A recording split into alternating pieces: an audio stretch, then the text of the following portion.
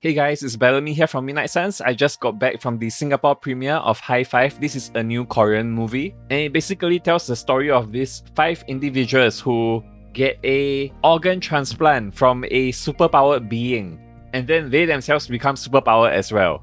Unfortunately, one of the organ receivers is a bad guy and he wants to get everybody else's superpowered organs. So he's trying to hunt down everyone else who has received the superpowered organ transplant as well. And yeah, that's pretty much the plot of the movie. It is an action comedy superhero movie. And yeah, I received this collectible ticket at the Singapore premiere. And also this collectible temporary tattoos. So for those of you who don't know, in the movie, each character, they have, when they get their superpowers, they have a tattoo somewhere on their body. And yeah, this is one of the tattoos. So yeah, pretty cool that they gave us this at the Singapore premiere.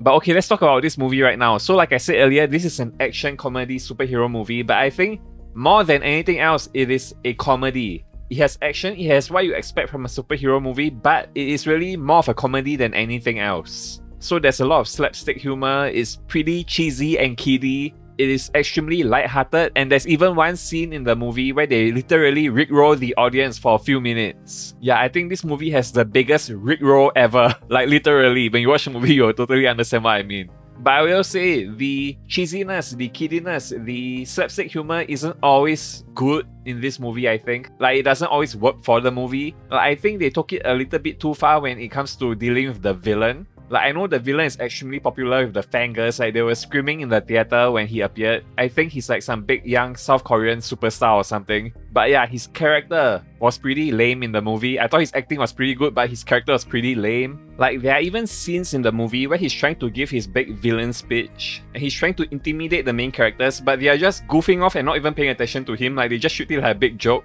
And I know this movie is supposed to be a comedy, but it's also supposed to be a superhero movie, and I think you cannot have a really good superhero movie if the main characters, the good guys, they can't even take the villain seriously. And I know some of you might say, oh no, One Punch Man did it really well. Like, the main character in that show doesn't take the villains seriously at all, and the show is still amazing, and I agree. But the difference between that show and this movie is that in this movie, the main characters are not even stronger than the villain, but yet they treat him like a joke. So it feels like the writers cannot decide if the villain is supposed to be a threat or not. Like, on one hand, you have the villain going around killing people, kidnapping people, stealing their organs, and literally decaying people, like melting people, like Tomura Shigaraki from My Hero Academia. Like, he's literally doing that in the movie. But yet, the main characters don't take him seriously most of the time. Like, it doesn't make much sense at all. I know it's supposed to be a comedy, but it just feels very polarizing. I feel like they should have just decided whether he's supposed to be scary or not. Instead, now he was kind of like in limbo somewhere in the middle. And that is pretty much my main complaint about this movie. I thought the villain was pretty bad, but apart from that, I thought the main characters were pretty entertaining. I think the comedy, the dialogue, everything was all written pretty well. Oh, and if you're somebody who loves watching K-dramas for the good-looking guys, you're gonna absolutely love this movie.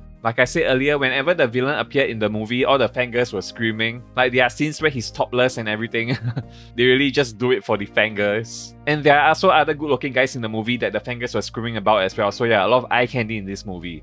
But okay, now let me give this movie a final score. I'm giving High-Five a 7 out of 10. I don't think it is a good superhero movie, but it is a good comedy. So if you're in the mood for a light-hearted comedy, I think I can definitely recommend this movie. Just don't go in expecting like a Marvel MCU movie. And yes, I know most of the recent Marvel movies haven't been good, but I mean, like, don't expect this to be like a pre-Endgame Marvel movie. But yeah, other than that, I think it's worth a watch. And with that being said, that's all for this review, guys. If you haven't subscribed already, please do consider subscribing. It will help me out a ton. And if you plan on seeing High-Five or you've already seen it, please go down to the comments below and share your thoughts with me. Thanks again for watching, and as always, stay gold and never fade. Bye, guys.